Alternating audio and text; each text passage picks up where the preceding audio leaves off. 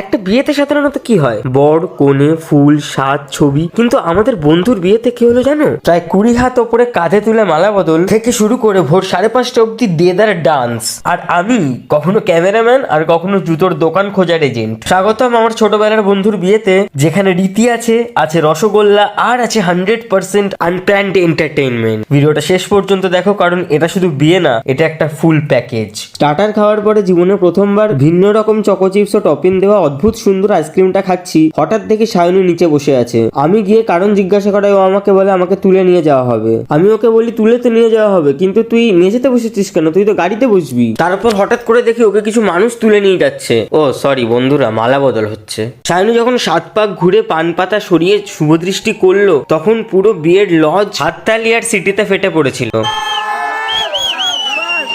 যেন আমি কোনো বিয়ের মণ্ডপে না, কোনো সিনেমা হলে আছি। আর সিনেমা বলবোই না কেন বলো তো, 8 বছরের ভালোবাসা আজ পূর্ণতা পাবে অবশেষে। সেটা যে কোনো সিনেমার ক্লাইম্যাক্সের থেকেও খুব বড় একটা বিষয়, কি তাই তো? এরপর ওরা দুজন বিয়েতে বসে পড়ে, আর আমি আর আমার ভাই দেবব্রত একটা বিশেষ দরকারে বেরিয়ে পড়ি। দরকারটা আর কিছুই নয়, রাত্রিবেলা 10:30টার সময় ও আমাকে বলে যে ওর নাকি জুতো ছিঁড়ে গেছে। হ্যাঁ, তোমরা ঠিকই শুনেছো। ব্যাস 11:15 নাগাদ তুললো ঝোল্লা চললো ভোল্লা করে জুতোর দোকান খুঁজতে বেরিয়ে পড়লাম। আর সামনেই ছিল গঙ্গার ঘাট, যেটা আমার আর দেবব্রতর দুজনেরই খুব বড় প্রিয়। তাই সেখানে আমরা 5 মিনিট কাটিয়ে আবার ফিরে চললাম লজের দিকে। আর আমাদের বাঙালির বিয়ে মানে জানোই তো, অনেক রকম রীতি। বউকে বরের চারপাশে 7 পাক ঘোরানোর পর দুজনে একসাথে অগ্নিসাক্ষী দেখে ঘোরা, এবং আরো অনেক রকম রিচুয়ালস। আর এই কতগুলো রিচুয়ালস আর কিছু সময়ের ব্যবধানে দুটো মানুষের জীবন এক ভিন্ন জগতে প্রবেশ করে। আর সেই জগতের চাবিকাঠি হলো এই সিঁদুরদান। আর সত্যি বিফোর সিঁদুরদান সায়নীকে নো ডাউট মিষ্টি লাগছে, কিন্তু আফটার সিঁদুরদান দেখো ওর লুকটাই পুরো চেঞ্জ হয়ে গেছে। আর সিঁদুর পরে নতুন বউ সেজে ওর মুখের সৌন্দর্য যেন আরো শত গুণে বেড়ে গেছে। রাত্রি প্রায় 1:30 নাগাদ বিয়ের সমস্ত রিচুয়ালস অবশেষে কমপ্লিট হয়। তারপর বড়দের আশীর্বাদ, ফটো সেশন চলতে চলতে প্রায় 1 ঘন্টা কেটে যায়, এবং অবশেষে রাত্রি 2:30টার সময় আমরা বসি খেতে। আর বিয়ের অ্যারেঞ্জমেন্টটা ছিল তো অনবদ্য, কারণ শীতকালে রাত্রিবেলা 2:30টার সময় আমরা যখন মটন খাচ্ছি, মটন থেকে গরম ধোঁয়া বেরোচ্ছে। বিয়ের মেনুটা আমি স্ক্রিনে শেয়ার করে দিলাম, অবশ্যই দেখে নিও। আমি ততক্ষণ এই গরম গরম ফিশ বাটার ফ্রাইটার উপর কনসেন্ট্রেট করি। উফ ভাই, জবরদস্ত হয়েছিল।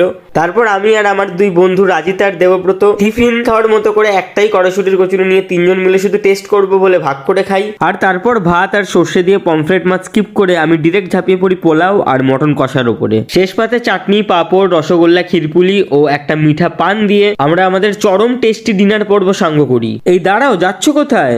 সারাদিন এত ধকলের পরেও সারা রাত জেগে 5:30 6টা অব্দি যে নাচ করলাম, দেখবে না তোমরা? নাচ দেখবে না তোমরা?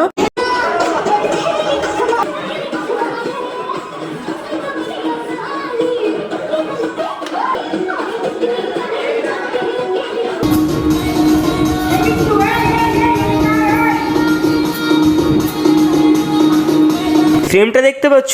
এই ফ্রেমটা শুধুমাত্র লাভ ম্যারেজেই সম্ভব, অ্যারেঞ্জ ম্যারেজে ইট ইজ ইম্পসিবল। তো আজকের এই ভিডিওটা এখানেই শেষ করছি, কিন্তু আসল মজা এখনো বাকি। পরের পার্টে আমরা শুধু কথা বলবো, শুধু নাচবো না, আমরা গানও গাইবো। আর সায়নীকে বিয়েতে কি গিফট দিলাম, আর গিফট দেখে নতুন কাপলের রিয়াকশন, এই অ্যান্সারটা পেতে হলে পরের পার্টটা কিন্তু একদম মিস করলে চলবে না। আর ভিডিওটা যদি তোমাদের ভালো লাগে, অবশ্যই একটা লাইক, কমেন্ট আর সাবস্ক্রাইব করতে ভুলো না জানো।